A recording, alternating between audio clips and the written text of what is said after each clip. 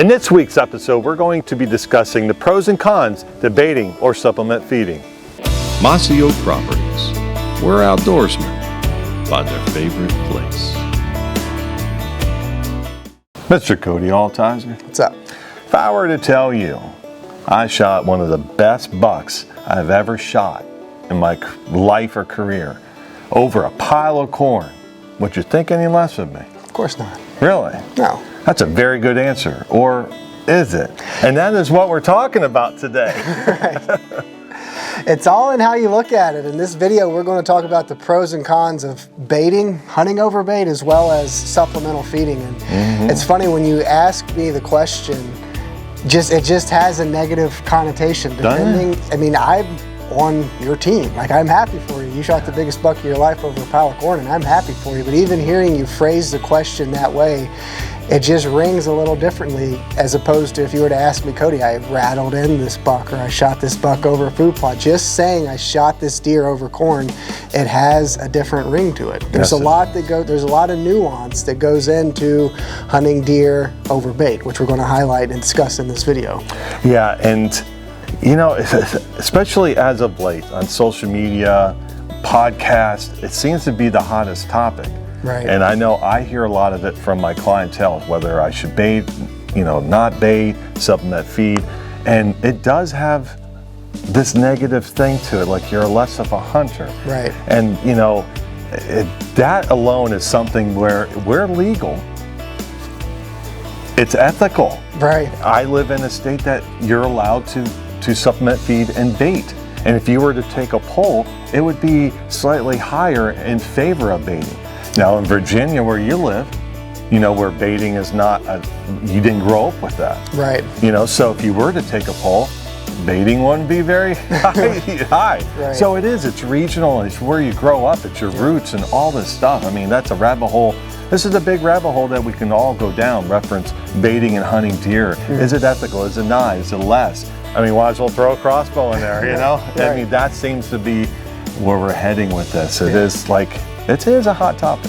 Yeah, it's part of deer hunting culture, like you mentioned. If you grow up in an area where it's legal and always been legal, I mean, you don't know anything different, and that's what you know. And if it's an area where it's not legal, then yeah, you look at it differently. But all that to say, it's part of deer hunting culture. But let's talk about the pros and cons of hunting over bait, and let's start positively. Yes. I'm a positive person. Talk about the pros. Well, the pros is, I tell you what, let's start with the easy one. The easy picking fruit, hanging fruit, that is. Getting somebody into hunting. That seems to be a little a thing that people do, like with children. Yeah. You put a box blind up or a blind, you put some corn. You want your child, or you're a mentor, the person that you're taking out. You want them to enjoy the aspect of hunting and hopefully, on a successful harvest. Right. But obviously, you can tell the negative aspect of that. But just let's keep the pros for right now. Right. So, it's attracting deer. You will see white-tailed deer more times than not. Access and opportunity. Hunting over bait provides both of those, and oftentimes those two things are a limiting factor for new hunters. Younger hunters, I remember when I was 6 years old, I didn't shoot a deer over bait. I shot my first deer when I was 6, but it would have been easier, and I would have had more opportunities, and my dad would have saved a lot of time if we were hunting over bait instead of dragging me into the woods when I didn't want to get up early in the morning to try to get me a deer. So if you're a new hunter, we're trying to recruit new hunters into the sport all the time, hunting over bait provides opportunity, because if you've never shot a deer, you don't want to spend day after day after day trying to get it done. You want to have deer in front of you and enjoy the animal and learn about their behavior.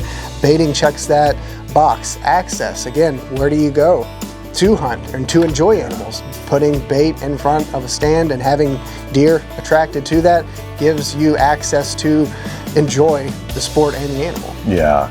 And I like the baiting aspect of it is the hunting part of it. And there's many more pros to it, but let's just kind of keep the ball rolling. Supplement feeding, which is not baiting. Baiting is something where you put out and you hunt over, and supplement feeding is something where you're getting deer nutrition, whether it's a high quality deer feed or during the late winter months, the stressful times of year, putting corn back in their diet a little bit. It's high fat. They're building their body back up, so that way they can go into growing season ready to rock and roll instead of putting muscle and all this other stuff on there. That's the theory behind it. Yeah. So supplement feeding, there are a lot of pros to supplement feeding, obviously, and as well as baiting. Yeah, I think when it comes to baiting and supplemental feeding, there are some pros, which we just highlighted, but I think it's easier to find the cons, unfortunately. Yeah. And yeah, it is. It is. It's a lot heavy on the con side here. But no, just, you know, we talked about the pro of baiting in the sense of taking youth out or being a mentor. Like, you know, the key thing is getting a new person out exposed to the art of hunting. Right. Okay, flip side of that coin. The big argument of baiting when it comes to, is, are we creating killers instead of hunters? Because today's youth, we were really getting kids out. You know, we just don't want kids to go up in today's society. Their, minds going 100 miles an hour and everything like that. You know, you want them to have that quick fix. Yeah. So what we would do, we put them in a blind, put the corn pile out, and they were just they were doing a job. Right. But kids today, is that a false narrative? That's not what hunting is about. We didn't, grow them up squirrel hunting and learning the art and science of it and the skill of hunting. And that's something too, it's like you can even go even further in the sense of, are we teaching them how to support hunting instead of just the killing aspect of it? So that is one con when it comes to baiting. Yeah, you said it really well, and you've always said this, are we teaching new hunters, are we teaching kids how to kill, or are we teaching them how to hunt? And baiting, it makes it easier. It does. And in the process, you lose a lot of that trial and error, which makes you a better hunter, a better woodsman. You learn less about the deer's biology and behavior. I mean, I mentioned when I was 6, it would have been easier for me to shoot a deer over bait than the way that I did it, but I wouldn't change the way that I did it for anything, because I spent time in the stand and I learned about nature, and I watched the birds, and my dad taught me about the tree species, and in that process I became a hunter and not just a killer. Yeah. Speeding up a little bit, another con would be obviously disease factor, and not just necessarily for the white-tailed deer. There's obviously the disease, that's a big lot of words there for me, the disease of chronic wasting disease, and for all us deer hunters that seems to be a big thing, a debate issue as well. Yeah. But corn, attracting deer to one specific area where there's saliva, and everything up in urine that they can possibly contact chronic wasting disease. But not just necessarily the deer. There's so much disease factor that could be, especially if you pile it, just put it in one big giant pile instead of spreading it out to where there's no competition, because bait piles is a predator-prey type situation, and you do have deer condensed, and if you are going to bait, spread it out, because stress dictates everything. Obviously, we talk when it comes to natural habitat or baiting, but turkeys, there's a lot of studies that's ongoing, aflatoxins, the toxic, from corn, rotting corn, and again, there's so much other stuff that wildlife that utilizes that corn pile, blue jays, squirrels, etc. So could you be causing a disease situation? Right, and you mentioned habitat too, and not so much on the baiting side of things, but big picture supplemental feeding, it artificially inflates the carrying capacity, because those animals, they're not relying on native habitat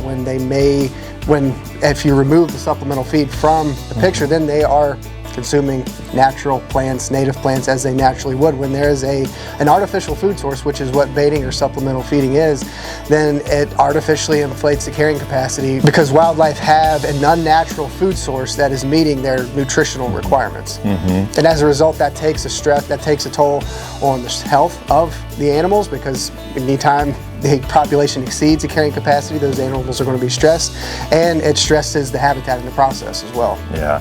The big thing, whether you're going to decide to bait or not bait, or use supplement feed or not use supplement feed, the big thing, it is a management tool in that management toolbox. I know for myself, I do use bait in situations where on properties that I need to harvest quite a few does. And sitting in a tree stand, just wait. I mean, I need to produce results. And that is one way that I use that to control the population early on the properties that we're hunting to bring the population down, because it's just an ongoing thing, Right. So it is a tool in the management toolbox. How you choose to use that tool, really, it's up to you. Yeah, you got to answer the question of, is it important to me or not? And honestly, I grew up thinking that hunting over bait I looked down on it. And as I hunt up here with you in Ohio, where it is legal, and I hunt over bait, and I've never shot a deer over bait up here, but I've been a part of successful hunts where people that we've been with have shot nice deer over bait. And when I think back to that hunt, to me, it doesn't cheapen the experience, because when I first thought of hunting over bait, I was like, well, if I kill it, I'll kill a really nice buck, but I shot it over corn. It's all in your mindset. It's a question you got to answer for yourself. If I go out and shoot the biggest buck of my life tonight over a pile of corn, I'm not going to remember shooting it over corn. I'm going to remember the deer. I'm going to remember the pictures, the blood trail, celebrating it with friends. So it's all in what you value and how you approach hunting over bait and supplemental feeding. As is all things hunting, it's entirely personal. It's a question that you've got to answer for yourself, whether or not it's important to you. Masio Properties, where outdoorsmen find their favorite place.